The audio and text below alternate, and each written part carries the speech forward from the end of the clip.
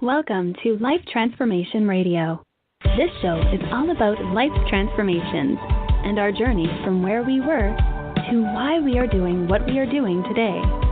We will discuss the hiccups, the roller coasters, and the blood, sweat, and tears that has been poured out while discovering our purpose. It is all about our transformations. Here is your host, Sean Douglas. Welcome, everybody, to another episode of Life Transformation Radio. I am your host, Master Resilience Implementer, TEDx speaker, performance enhancement expert, and author, Sean Douglas. This show is heard in over 58 countries, such as the U.S., India, Canada, France, Australia, Belgium, Panama, Japan, Norway, even Russia. So please, thank you for joining us, and I can't thank you enough for spending the time here today on Life Transformation Radio. This is all about our transformations, because here is where we tell the stories of why we're doing what we're doing. We highlight that transformational moment that has changed our lives and how we use this to help transform others and elevate their lives as well. You can listen to us live, 5:30 p.m. Eastern Time. However, I ask that you please subscribe on iTunes, Stitcher, Spreaker, TuneIn, Player FM, the Google Play Music app, wherever you are comfortable subscribing and listening to podcasts. I ask that you subscribe, rate, and review the show so that we know how well we're doing. Because on this show are entrepreneurs, speakers, business owners, coaches, other podcasters, authors, and amazing people who are impacting everyone around them. And my guest today does exactly that. Please help me welcome to the show, Brian K. Wright. What's up, my friend? Hey, Sean, how are you? It's good to be here. Thank you for inviting me. Dude, I am super pumped to have you on the show, man. We've been following each other for a while. Love the stuff that you're doing. And, I pick up a piece here and there from some of your posts and different events that you're going to. And you lay down those value bombs like concrete, man. I love it. Thank you so much. I appreciate it. So, Life Transformation Radio listeners, if you are listening to the show currently and anything resonates with you, you can join our Facebook group community, Life Transformation Radio Community. You can call into the show, 657-383-1109. Again, the number, 657-383-1109. My team is standing by to field the calls. And if you have a question for myself or Brian, you can call into the show, ask the question, and be happy to answer it. So my first question that I always ask everybody is why? Like, why do you do what you do? What is your big, deep why?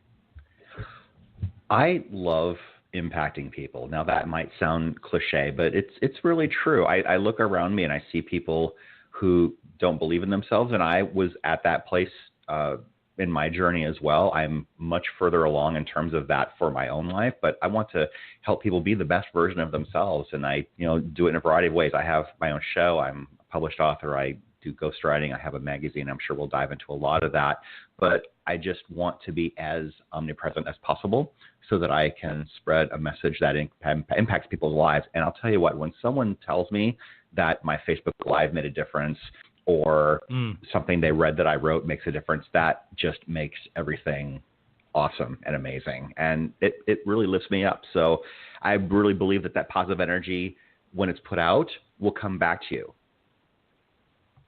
Oh, yeah. That's like law of attraction right there. I mean, yeah, I totally believe that. And, we lay the seeds down every day by decisions and things that we're doing. So, and I know that you're laying the seeds of greatness, man. Like I said, I've been following you for a while, and I love what you're doing. So thanks. Let's learn more about you.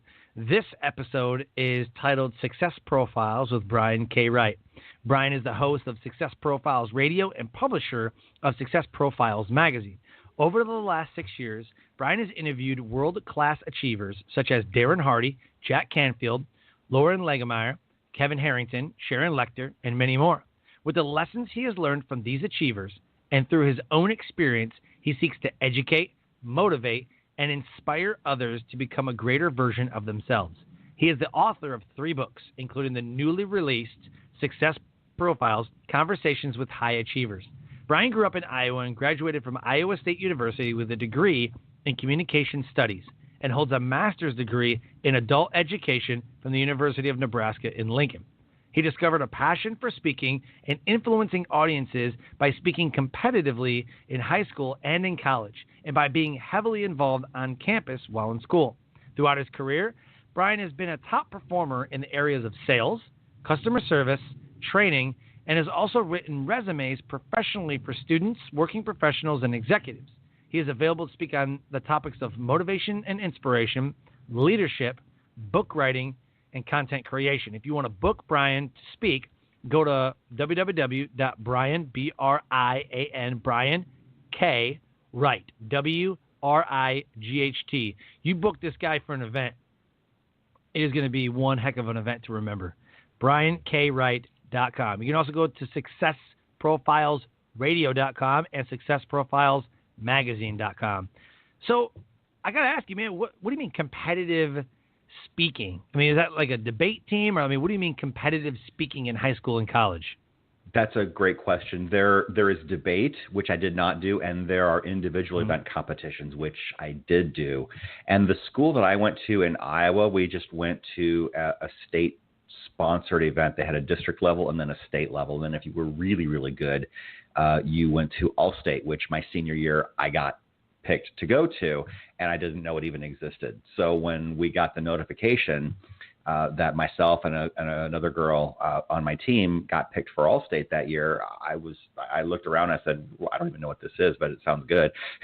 So it was really more of an exhibition. It was an exhibition, but it was still really nice to go. And so I continued in college and qualified for nationals in at least one event all 4 years, but I qualified for 4 events for nationals my senior year. And so we flew out from Iowa to come out here to Arizona State, and we competed there, and it was really fun. And that was a long time ago, but I got the bug to be in Arizona.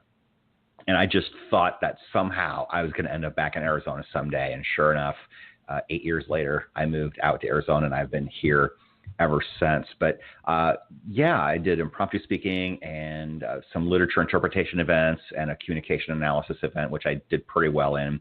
So you learn to think fast on your feet, and you learn to think critically. And it's really, really fun. And it's fun watching and listening to other speakers too, to hear what they do. But the whole idea of impromptu speaking, I think, has been, even though it was the event that I disliked the most for a while, it was the event that I ended up doing really, really well at, one of the 2 events that I did the best at. And basically what happened is you would get a quote, and you would have 7 minutes to prepare and have your speech completely done. So you had a 7-minute time frame beginning to end. And so you had to figure out how you were going to allocate your time. And if you could prepare your speech in 2 minutes and speak for 5, that was a pretty good ratio.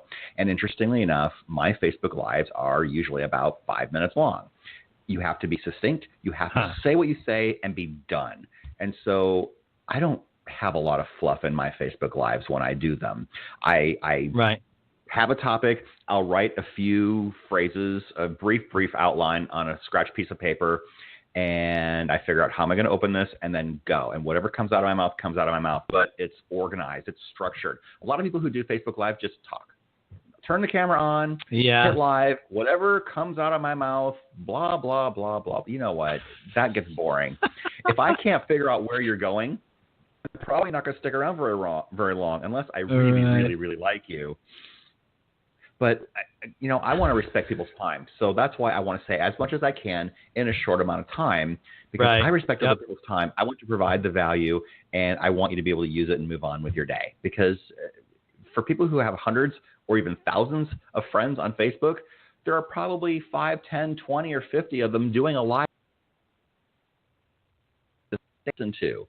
Are you going to listen to someone who says their piece and they're done? Or are you going to listen to someone yammer about nothing for an hour? I think it's a pretty good choice. Right.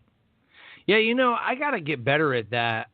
I only do, and I try to do more lives, you know, but when I do it's usually because something I was like, oh, I got to Facebook Live this, or I've got I have something to say to the world. So when I do come on, I know what I want to say, Yep. And I'm just kind of checking in with everybody, like, hey, guys, checking in, whatever. And then I'm out. Like, I don't think I've ever done a live over 8 minutes, 7 minutes, 8 minutes, 9 minutes, something like that. It's usually right around, like, it's as quick as I can. You know what I mean? But, I was reading something the other day that says that people consume content 80% of the time through video. Yeah.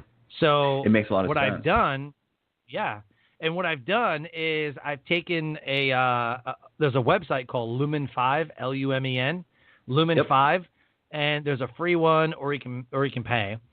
And I basically use the free version, put together, like, you'll get a video for this show, and I put together videos like of the show, just rolling slideshows and stuff. Like, I started using more video. I use video email. I use bombbomb.com for video email. There's one called Bonjour. There's another one. Can't remember what it's called right now. But, when I do go on lives, even like a LinkedIn video, I try to make it as purposeful as I can, because I don't want to ruin how people perceive me. You know what I mean? Because it's way two different things that people perceive you on video rather than just reading your text.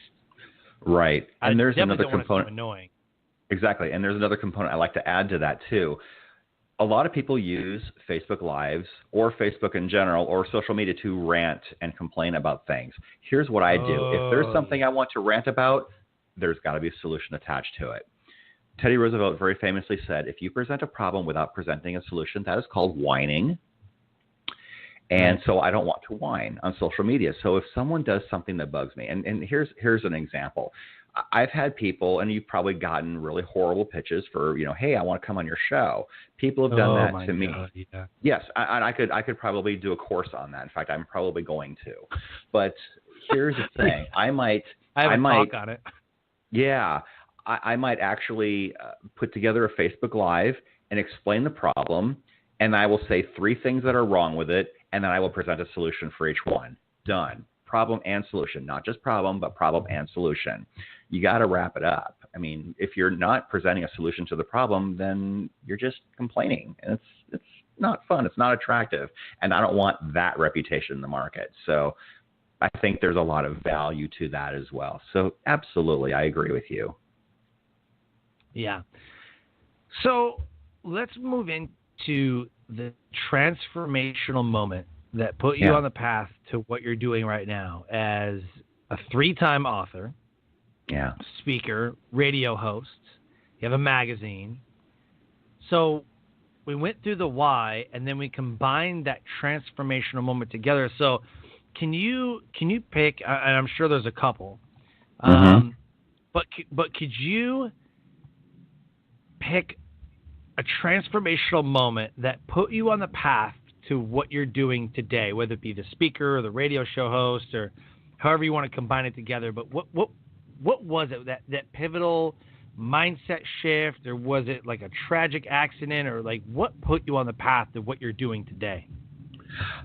I will reframe the question a little bit and calling it a going much bigger moment, because I think that's far more interesting in this situation. I was doing my radio show, and I've been doing it since January 2012. And I was doing my show, and I had already written my first book. It was a student leadership book, and it was good and fine. I was doing my show, and a couple of years into it, I ended up with a life-threatening illness. And this was my go bigger moment. And I had no idea what was going on. I realized in late 2013, going into January 2014, my energy was low. My appetite was almost non-existent. I was going home from work early a lot, and that didn't set well with my employer. I didn't know what was going on. I just thought, I can't sleep and I can't eat, and I had no idea what was going on.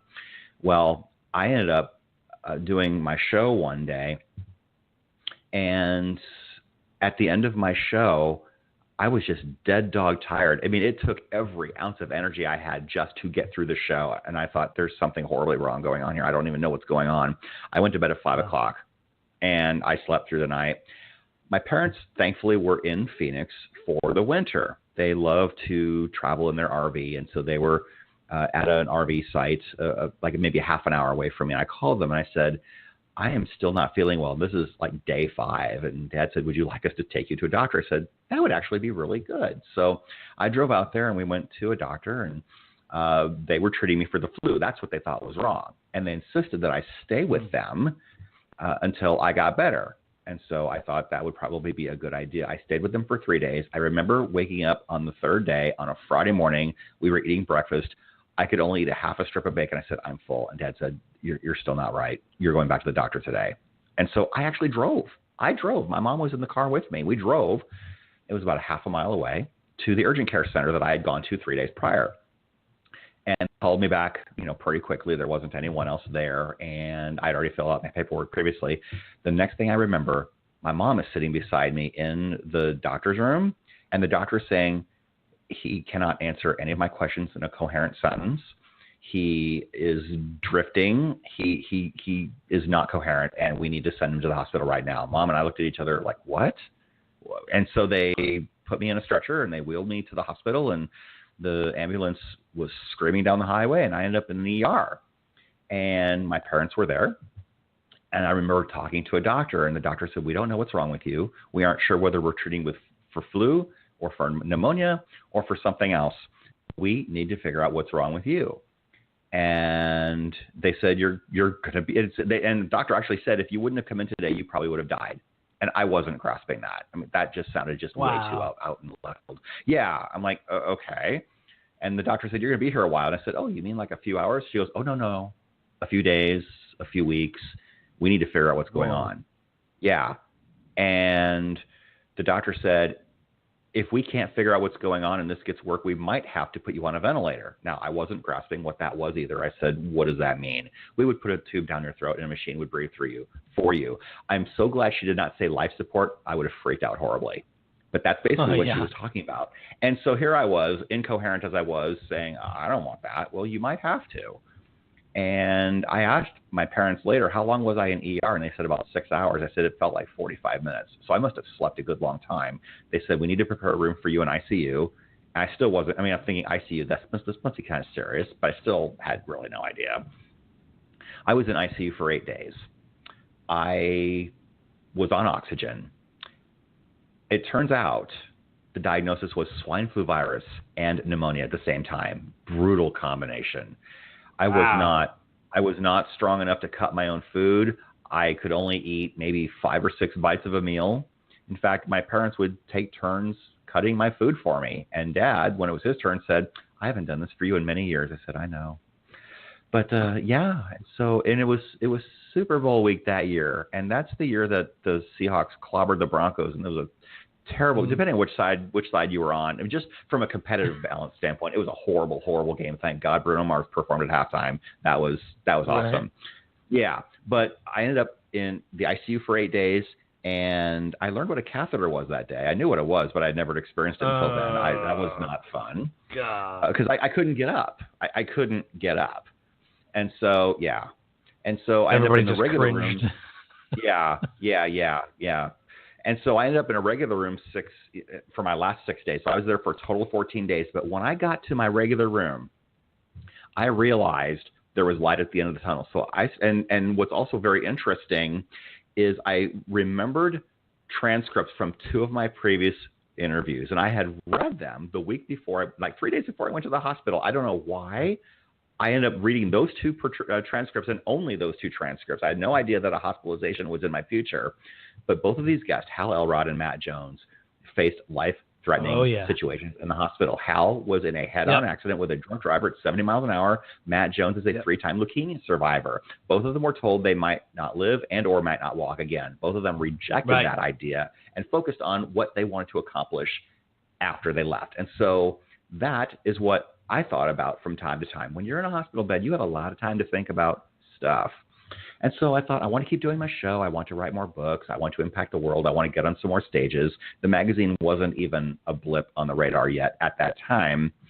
But I decided I wanted to play much, much bigger, because if this could happen to me at the age that I was at that time, and this is only 4 years ago, then I can't take for granted. And so I ended up being discharged from the hospital. And toward the end of my stay, they did tell me at that time, we were not sure you were going to live. In fact, we actually voted on whether to put you on a ventilator or not. And that motion was narrowly defeated. And they decided to give me one more day to see if I started showing any improvement. And I did start to show a little improvement, and it got a lot better. And then I was released to my parents' care for 3 more weeks. I was on oxygen for a total of 5 weeks. I was not physically strong enough to carry on a conversation, let alone do an hour-long show. My show was on hiatus for 3 months. But 3 big lessons that I took away from that. Number one, treasure your family and friends, because you just don't know when that's going to get taken away from you. And so when I'm saying goodbye to someone that I'm close to, I tell them that I love them. This might sound like a morbid thought, but if by chance I never talk to you again, I want that to be the last thing you remember me saying to you. That's important to me. So treasure your family and friends. Number 2, be aggressively thankful for everything. And I mean aggressively thankful. I take several moments a day just to reflect on my blessings and the people in my life and the opportunities that I have in front of me to do a magazine, to do a show, to talk to people and meet people on social media, and to meet people in person, and to impact people's lives, and to have a magazine, and to do a show like this. I'm so abundantly blessed to have this opportunity to connect with you and your tribe.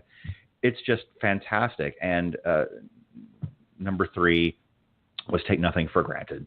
So you just don't know when that time will be. And so I obviously did fully recover from that, but I took those 3 lessons away, and I'm playing the game on a much bigger level now. And it's really great. And it's a journey. I mean, I think even in the last 12 months, things have happened exponentially for me. I was working at a real estate office doing outbound calling, inviting people to open houses, finding out if people wanted to buy or sell, just to kind of, generate some lead for my agent.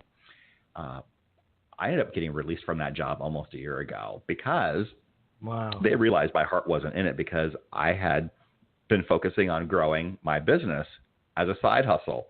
And my side hustle was taking more time than my job was. And I saw them just a couple days ago, and they've said, Brian, you're the best caller we've ever had. But they knew my heart wasn't in it. So they knew that kicking me out of the nest was the right thing to do. And all of us are good. We're still great friends. Love them all. They love me. In fact, they bought copies of my book and they bought T-shirts from me this week. So they bought 4 copies of my book and 4 T-shirts. So they're supporting my journey just fine, and I will help them and love on them whenever I have the opportunity. So it has turned out to be a win-win. So sometimes things happen, and you have to reflect what the lesson is. And when that lesson or when that thing that happens to you is not a good thing, Tony Robbins always teaches us to ask, what's good about this? Yep. What's good about this? Because we don't want to think about that. We just want to think about the horrible, terrible, bad thing that just happened to us. Well, wait. What's good about this? There is a blessing. In fact, Napoleon Hill says in Think and Grow Rich that and I'm paraphrasing, every bad situation carries with it a seed of equal or greater opportunity.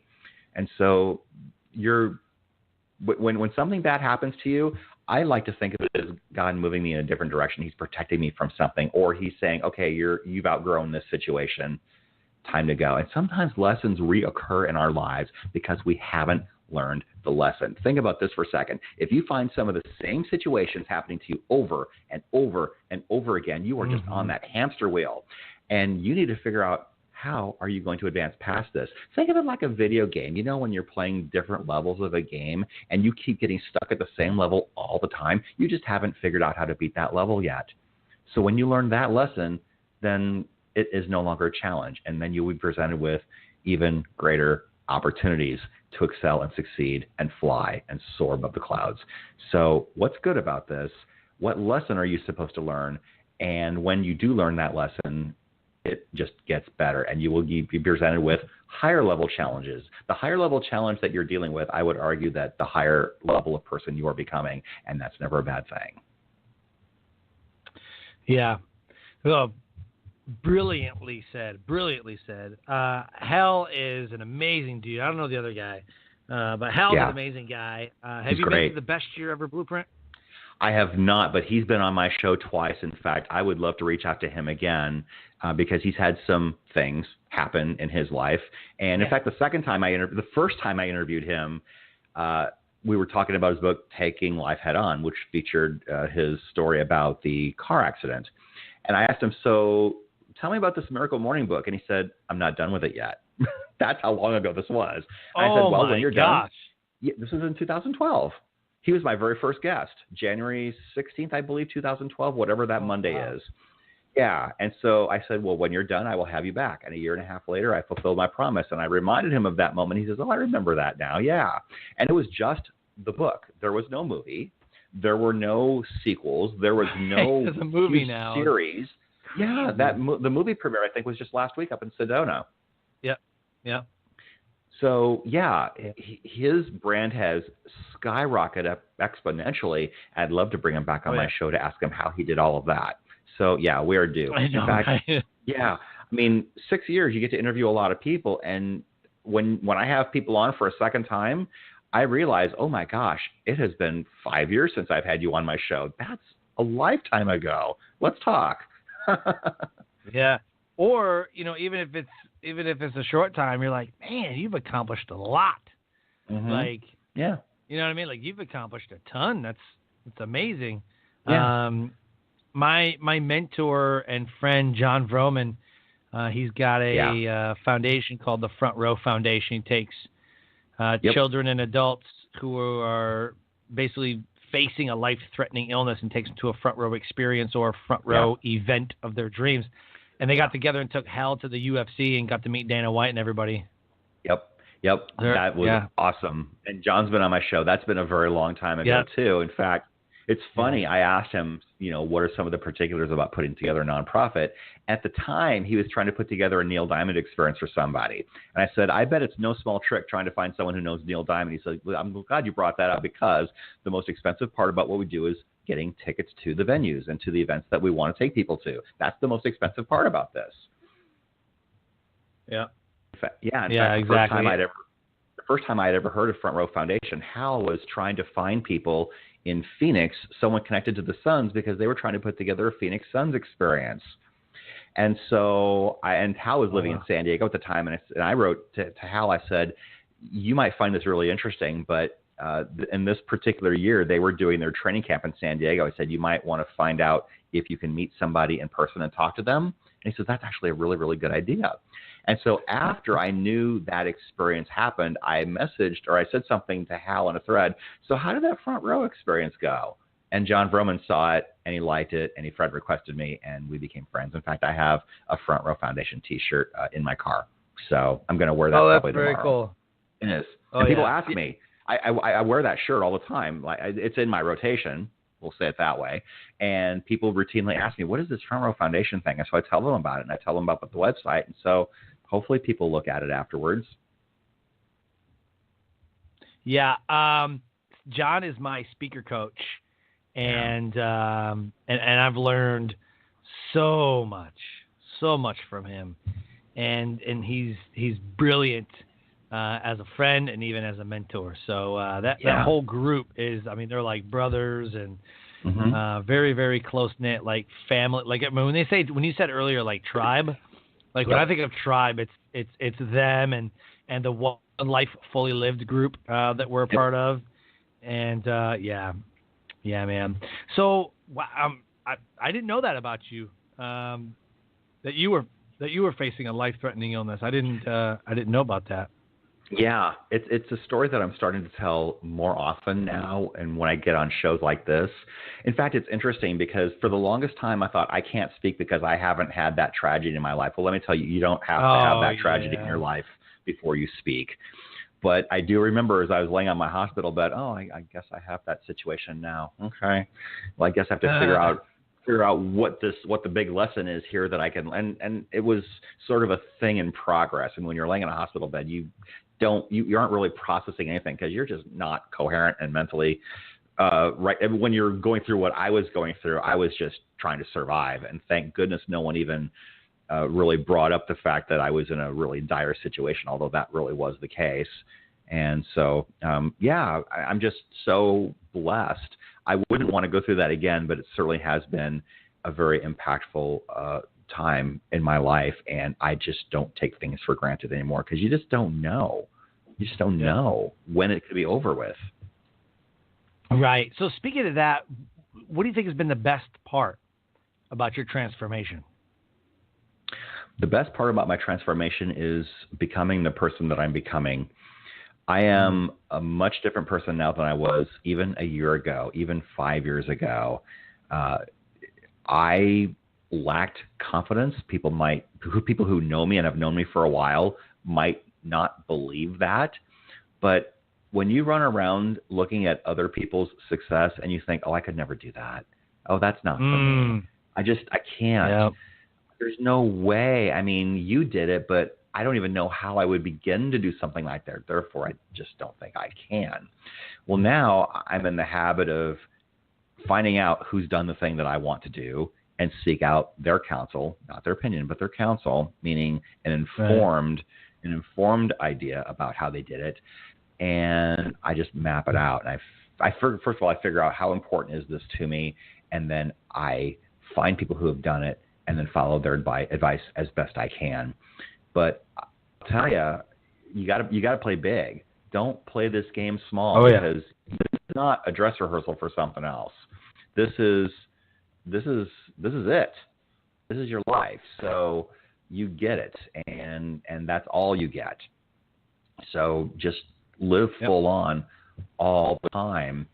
But becoming the person that I am on my way to becoming is really the thing that is the biggest thing, because you think about people who are millionaires, multimillionaires, billionaires. It's not about having the money. It's about becoming the person you are required to be to have it and grow it. This is why lottery winners very frequently lose their money within the first 12 to 24 months. It's because their mental container to hang on to that money is really small. And if you are trying to pour a gallon of water into an 8-ounce glass, it's not going to contain everything that you want to pour into it. The container is not big enough to receive the blessings that are yours. So you have to become a bigger person in order to receive the bigger blessings, because your container grows as you grow. Does that make sense? Oh, yeah. No, Okay, absolutely. Absolutely. We talked a little bit about that in a couple episodes ago. We were talking about almost the same thing. Like you said, you're trying to take a gallon of water and trying to pour it into like an 8-ounce. It's not going to work. No, it doesn't work. And the universe, and people do it all the time, though. Yeah. And they keep on doing it, and they keep on doing it, and they keep on doing it. Like, that's the definition of insanity, doing the same things and expecting a different outcome. But they don't. Yeah. But they don't think they can, and they're just stuck in this. Like you said, the wheel. Like, one thing that I always talk about is self-defeating behaviors, and we all have self-defeating behaviors. And one of the self-defeating behaviors that is most common is you count to other people's blessings. Like, you count other people's success. Right? I mean, you go around, you're like, I wish I had that house, and I wish I had the hot wife or the awesome husband. How come my husband doesn't touch me that way? Or how come he doesn't buy me flowers? Her husband gave her flowers. Or how come your children are so well behaved? How come Brian's magazine is so successful? Like, I mean, I don't even have one, and I'm kind of jealous over here. Like, I don't, how come his radio show how come he's 3-time best-selling author? What am I doing wrong? And you start blaming yourself and then counting their success, but you don't see that it took them 6 years, or it took them 15 or 20, or it took doors opening, and it took these things, and you might be in chapter 2, but they're in chapter 12. Right. So but people don't see that. They just see, oh, well, he has all this stuff, and it was just given to him. You know what I mean? Yeah, that's not really true. That's not really true, because I had to build my network. That's the key, especially with my last book that I just released, Conversations with High Achievers, Success Profiles, Conversations with High Achievers.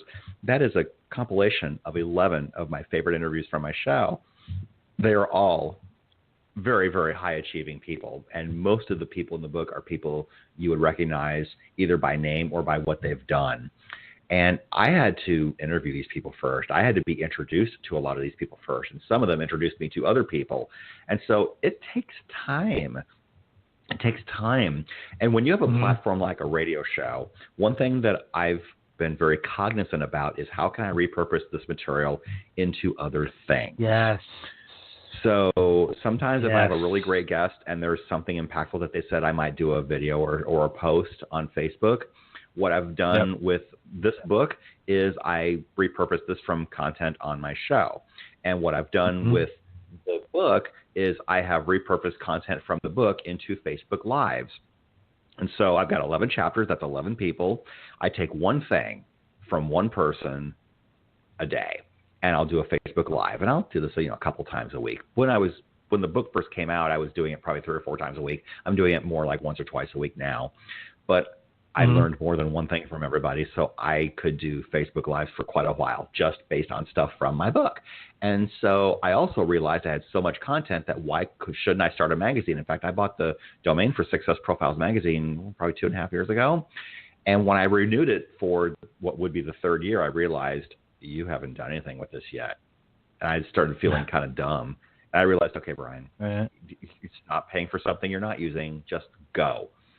And so the people on my cover are people whose interviews have been very impactful, and I just repurpose content from the show, and that's the feature. And then I invite people to contribute. And Sean, you're more than welcome to contribute to my magazine anytime you want. I know we haven't really talked about that yet, but I say before the world, you are welcome. You are welcome anytime. And anyone who does want to contribute, friend me on Facebook, and let's talk about what it is that you want to write about, and let's see if it's a fit. I'm always looking for great content. Thank you, man. Always. Yeah, totally. In fact, the May issue was a Think and Grow Rich issue. And so that had a theme. And so I invited people to talk about how Think and Grow Rich impacted them, their life, and or their career. Sharon Lechter was on the cover. And then Don Green, the executive director of the Napoleon Hill Foundation, did an article. It was really, really brilliant. And I just had a lot of really fantastic articles. This issue, the June issue, is going to feature Noah St. John. He's amazing. And there's not a specific theme with this issue. It's personal development and business. And so whatever you have expertise on within those 2 realms, I'm happy with. There will be a future issue about real estate. There will be a future issue about fitness. And so I do occasionally have a theme where most of the articles in that issue will be around a central theme. So it's really cool because I get to call on my network and say, hey, would you like to help me with this? And most people say yes. Not everyone follows through. And so here's a lesson. Ask more people than you need because they won't all do it. And then just take who helped me and who didn't. It's all good. I still love everybody, but I don't forget. I'm a Taurus. I don't forget stuff. Right.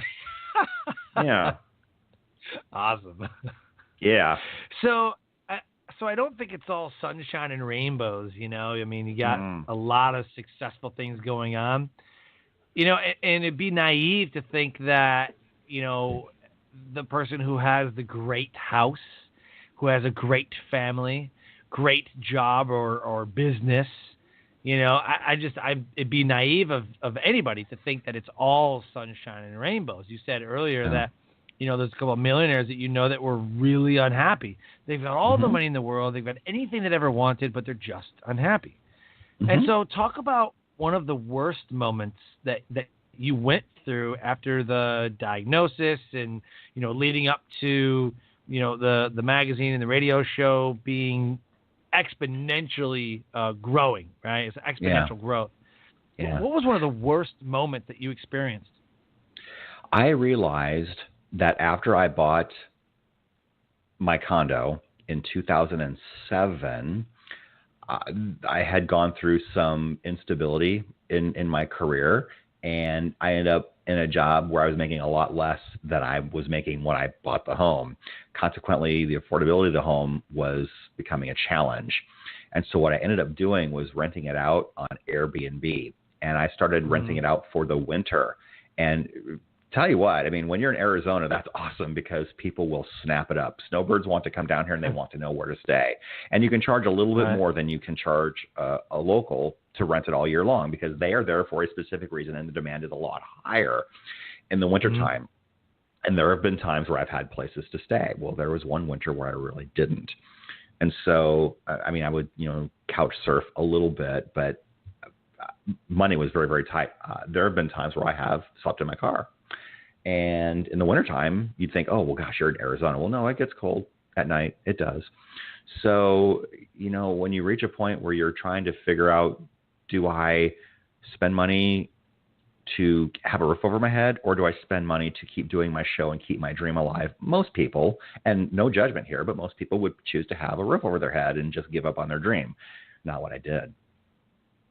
I was willing to take the hard road and keep my brand going. I did not want to put my show on hold. And so, tough stuff.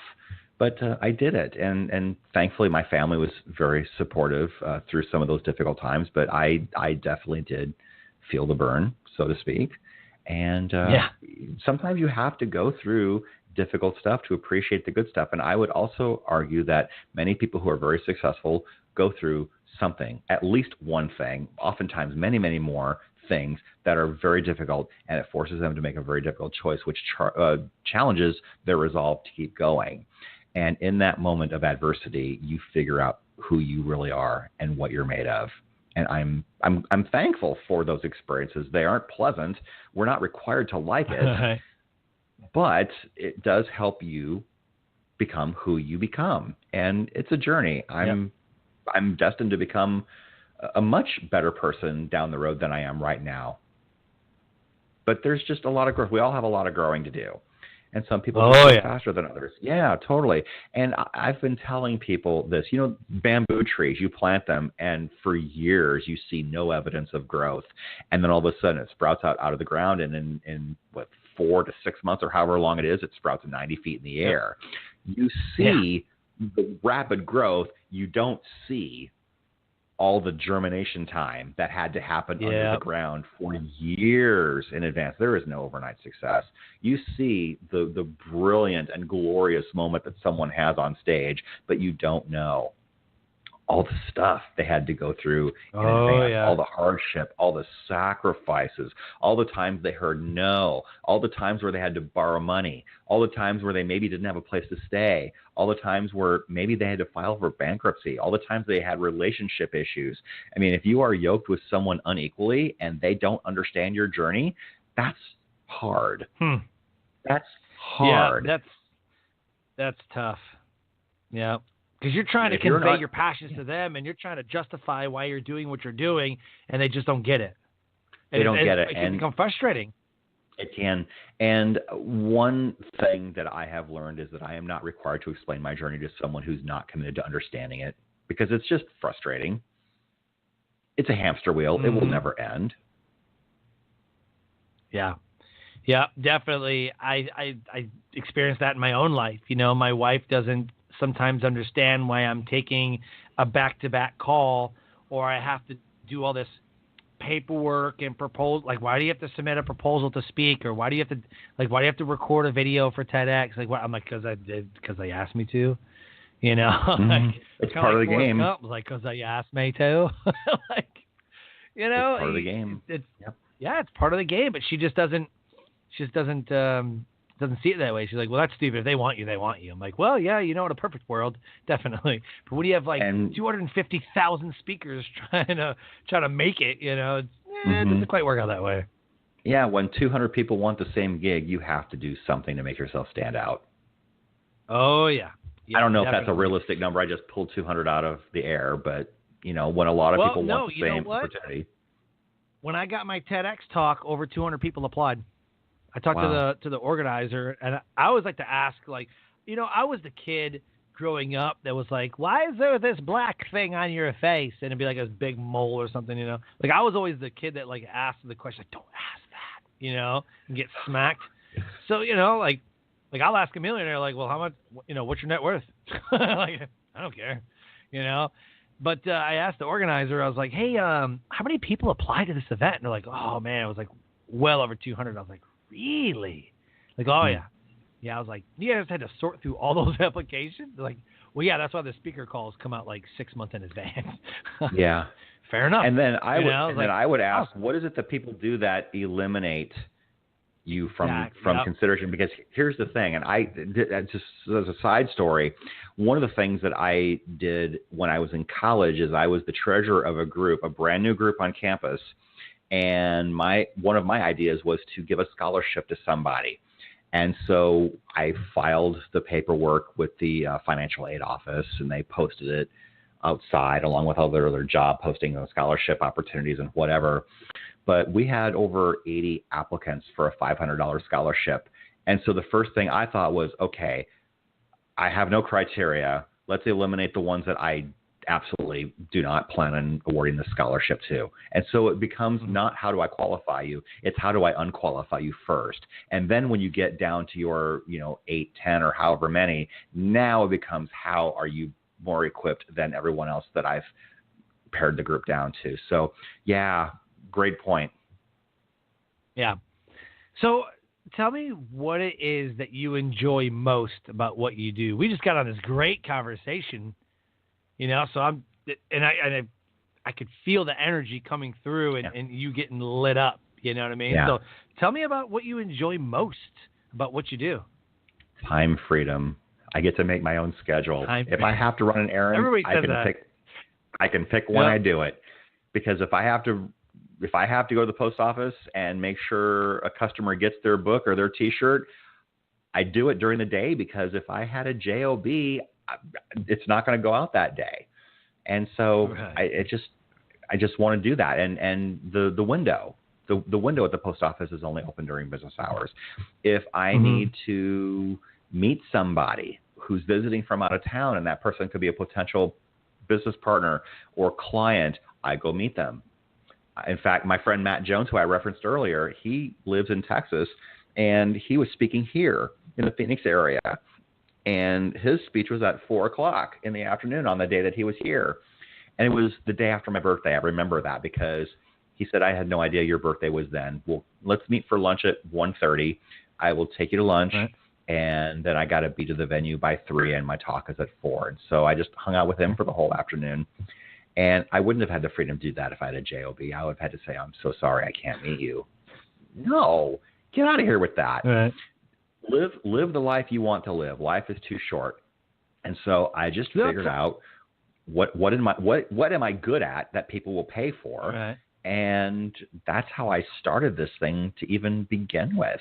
And I ramped it up to the point where it was taking more of my time than my JOB was. And I mentioned that earlier.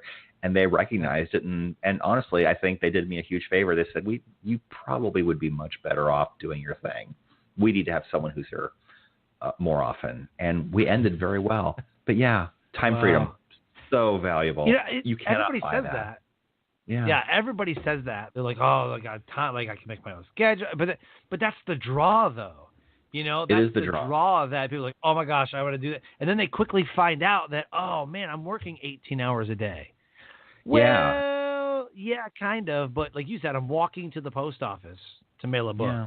I'm working. Yeah. And my wife, so I'm active duty military, and I don't have a choice.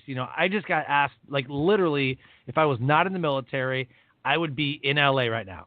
I got asked over the weekend, like, hey, can you speak at this veterans event? Oh, sure. When is it? June 7th. Ugh. No, I can't. I got to take leave, and my commander's got to sign off on it. And they're like, oh. I'm like, yeah, I kind of have to have it a week out. And I don't have coverage because one of the dudes in the office is out on leave. So he's on leave, so I can't be on leave because then there's nobody there. Sorry, So, I've got 3 years left, and I just, it's frustrating sometimes because I've gotten booked to speak. I'm ready to go. I've got the contract. They've paid me like a deposit of like $2,500, and I have to call them a week ahead of time or 2 weeks ahead of time and go, hey, I'm refunding you the money because my commander is making us work. Yeah. So it's kind of a risk that I take, but I let them know right up front. Right up front. Like, hey, man, this, and this. Here's the contract. I promise to be there, but if the military calls me, then I have to bail. I will just refund you the entire money. Yeah. So I don't require all of the money, just like a deposit. Mm-hmm. But even then, sometimes like, no, I'm not going to pay a deposit because you're in the military. I'm like, yeah, that's fine. I completely agree with that. Sure. But yeah, 3 years to go, and I'm rolling right into the speaking and the mentoring and the training and the, doing this like full time. Yeah. And that's why I've decided, last year, well, it was 2016. I was like, this is it. I'm doing this thing. In 5 years, I retire. So now it's 3 years before I retire. And I'm looking forward to that time freedom. Like, I'm not at the mercy of, hey, we have to deploy. Hey, we have to do this. Hey, because, we're on 12s. Oh, we have exercises. Oh, we're working, 10 days straight. I don't have to do that stuff anymore. Good. So really looking forward to that. Yeah, well, the reward will be terrific once your journey is over with. So congratulations in advance. Yeah. Perfect. Thank you for that.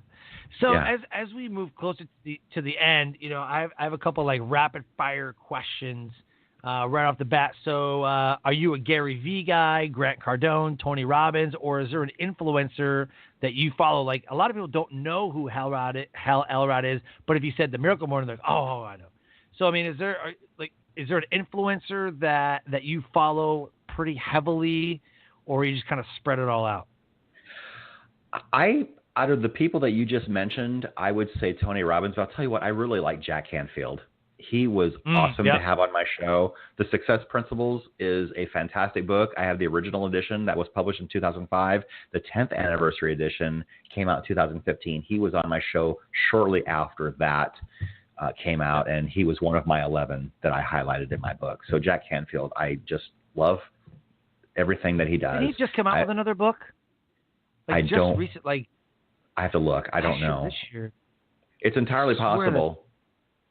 It's entirely right. possible. He's constantly putting out material. In fact, I've got the audio program for the Success Principles in my car, and it's in my CD player. Yes, I still have CDs. Old school. Nice. Yeah. Right. Yeah, he wrote Success Affirmations. Okay. Yeah, just looked it up. Success Affirmations. I was like, I'll have to look into there's that. another. You said Success Principles. I'm like, huh. And I knew, I was like, there's something that just came out. It was like a smaller version, but yeah. What's very cool is one of my friends is in Chicken Soup book, but he's in the Canadian version. I think it's like Chicken Soup for Canadians or something like that. But he wrote a chapter in Jack Canfield's book like years ago. It was Chicken Soup for Canadians.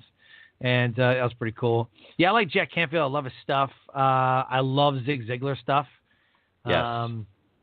Yeah, he's great. Zig Ziglar, definitely Gary Vee and all those guys. Les Brown, but I love Eric Thomas. I don't know if you know anything. Eric Thomas. I do know who he is. Yes. Hip hop. Yeah, the hip hop preacher. He's from Detroit. That guy is like, he just yells at everybody. He's like, you got to be a beast. Like that's his thing, Yeah. I've been watching a lot of him lately, and a guy just pumps me up, gets me energized. So, yeah. So we'll talk about resources. What kind of resources, if someone wants to become a speaker, if someone wants to write a book, start a show, what are some resources that you've used or that you recommend to people? That's a really great question. Well, my show is on a different network, and they handle everything for me. If anyone wanted to listen to my show, it's successprofilesradio.com, and my site points to my page on their network.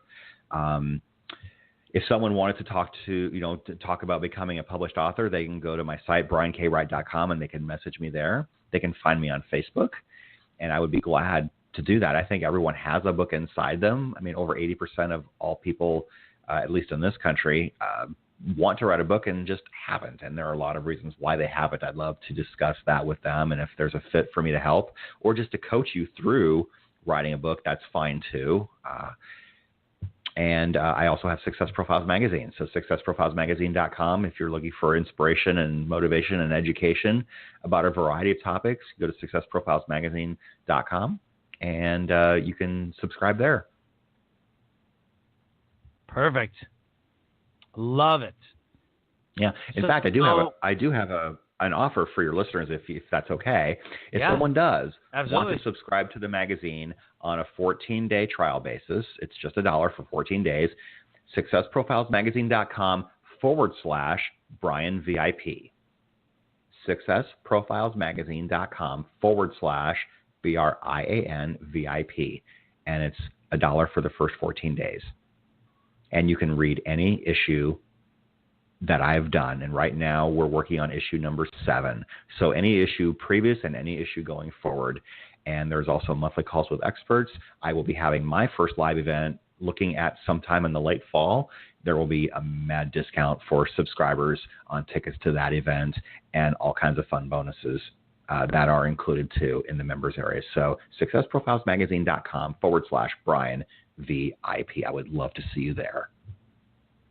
Very cool, man. I appreciate that offer. Thank you. You're welcome.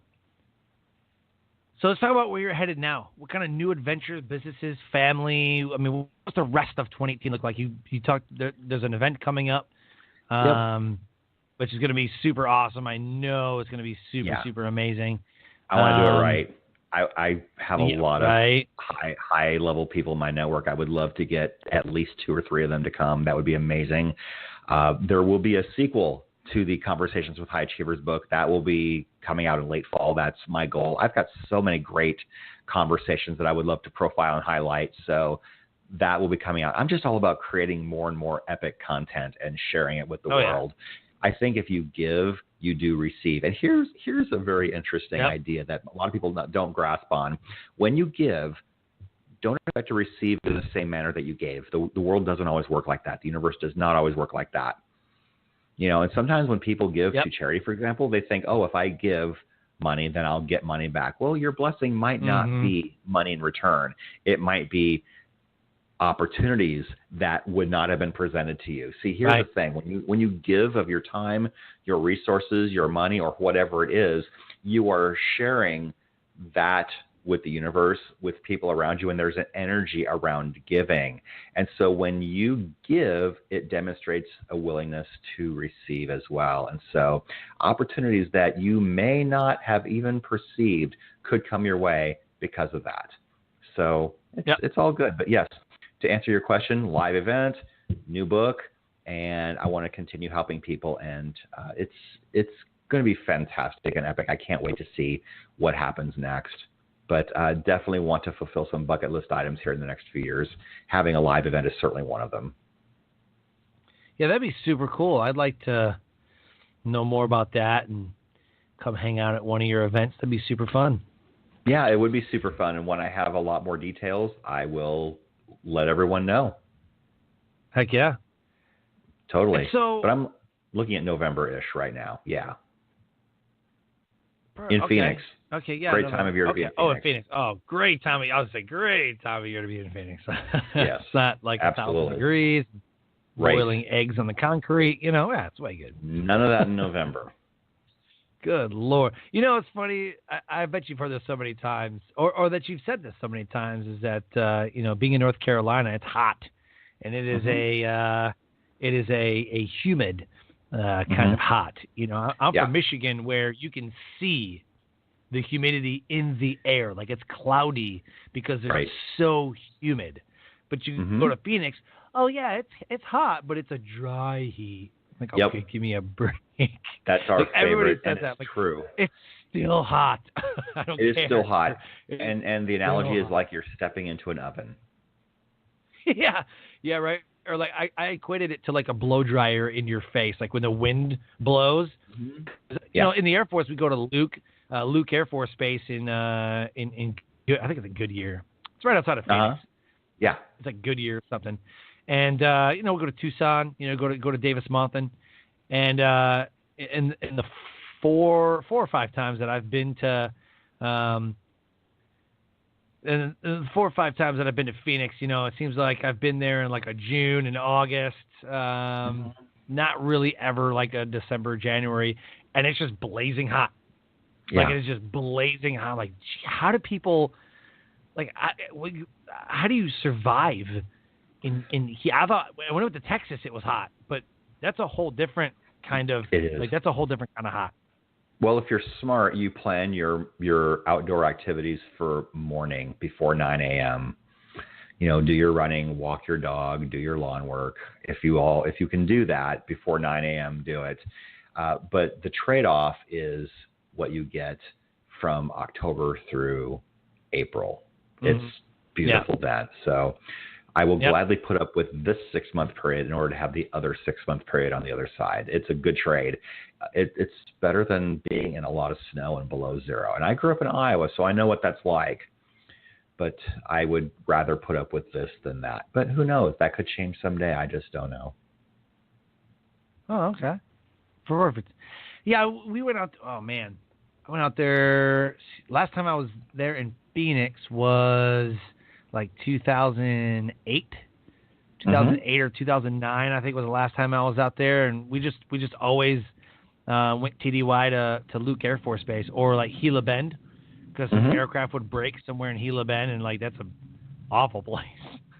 Yeah. They have a gas station, a McDonald's, a hotel. I think that's it. Like one stop. I don't even have a stoplight.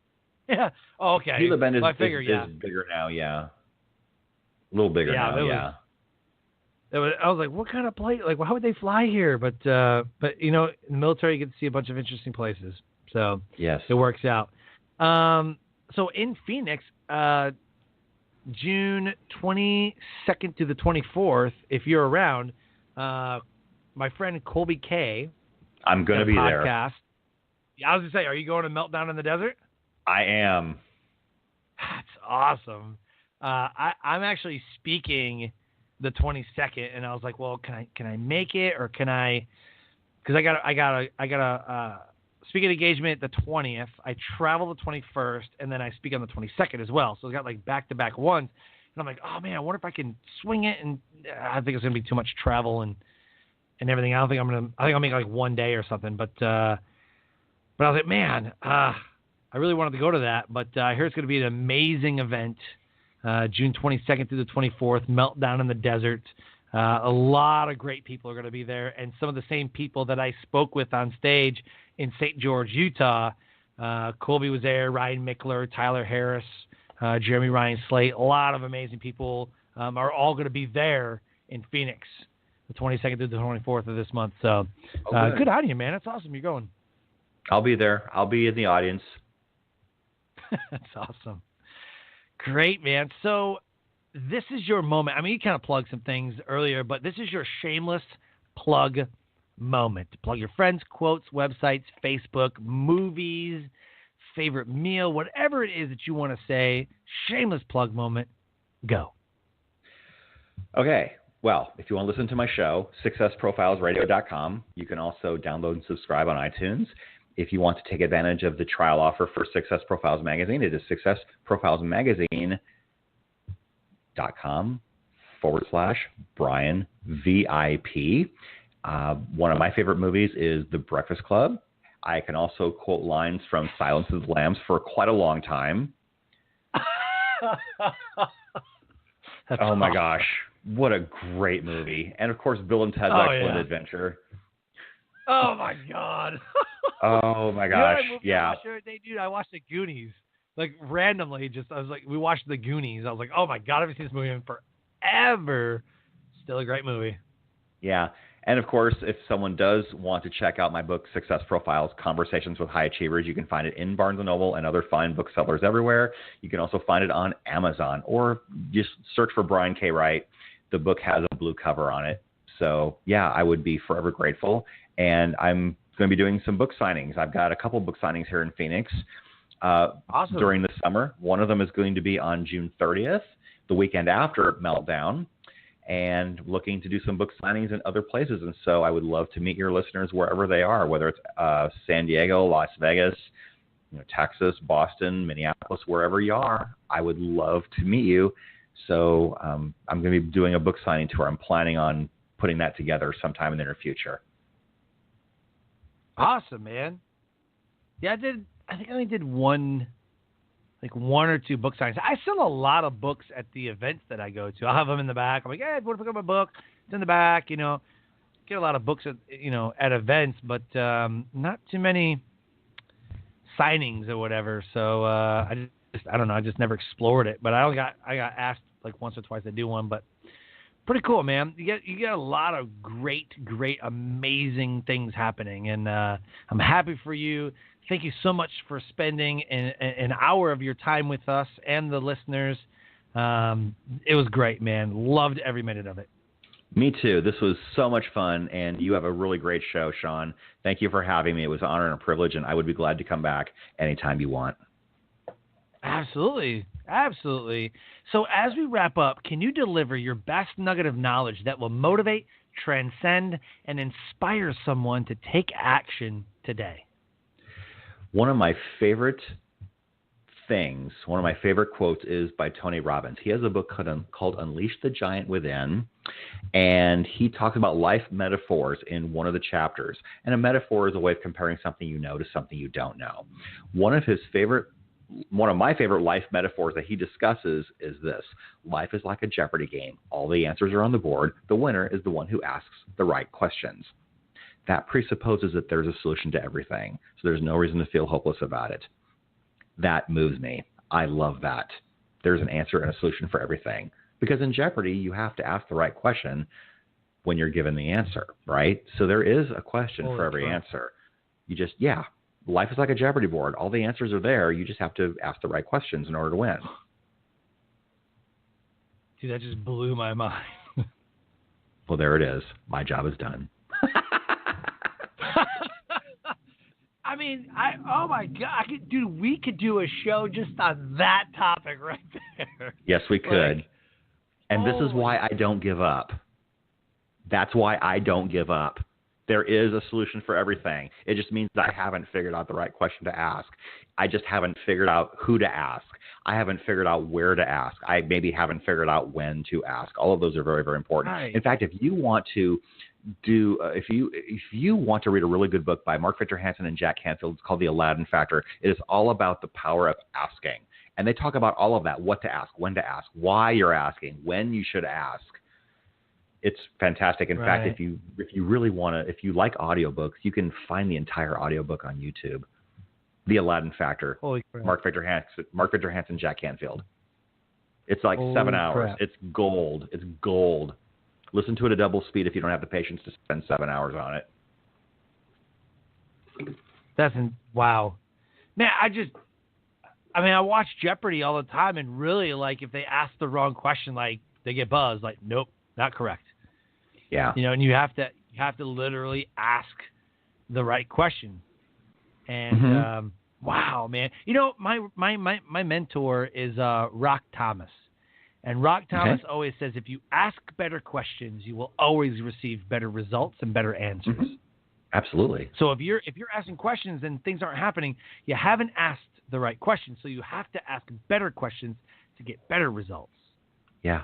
I'm like, And he always says, like, people will say, I can't do that because I can't afford it, or I can't do that because of this or whatever. Oh no, I can't go to Brian. I'm sorry, I can't go to your event. I can't afford the ticket. He says, instead of saying I can't afford it, you ask the question, how can I afford it? Exactly. Instead of saying, oh, I had a crappy day, you say, what's great about this? Instead of going through, your trial and tribulation and being pissed off all the time, you're like, how can I use this? Like, instead of saying something, he says, sometimes people just need to shut the heck up and just ask a question. Right? They rant, they complain, they get mad, they argue, they fight, they whatever. Like, shut up and just ask a question, like, why am I experiencing this? What's great about this? How can I use this? Like there's so many different questions that you could ask rather than complaining. Exactly. I believe that 100%. Yep. You rock, dude. What a way to end the show. Awesome. Well, I'm glad that I could provide value. Definitely would love to have you back on the show, man. This has been amazing. I got a bunch of notes, and I will continue following you on social media and, checking in on your journey throughout the rest of the year. Awesome. Thank you, Sean. It was awesome to be with you and everyone. Thank you, brother. So, Life Transformation Radio listeners, another amazing guest, another impactful episode. If anything that Brian and I talked about today resonated with you, go to his website, www.briankWright, WRIGHT, Brian with an I, BRIANKWRIGHT. Book him for your event. Dude is incredible. Look at the successprofilesradio.com website to get all of the information about his show and the successprofilesmagazine.com and look for the free gift that he had put into about 10 minutes ago. So make sure you look for that. I'm going to force you to listen to the whole episode over again just to get the link. Now, if anything resonated with you, go to iTunes, Stitcher, Spreaker, Google Play Music app. Subscribe, rate, and review the show. It's how we get better, and we know how you guys are receiving the show. So as we close, I always say, live your brand. Find opportunities every day to live out the core values that you hold deep in your heart. I call this living your brand. So until next episode, have a great night.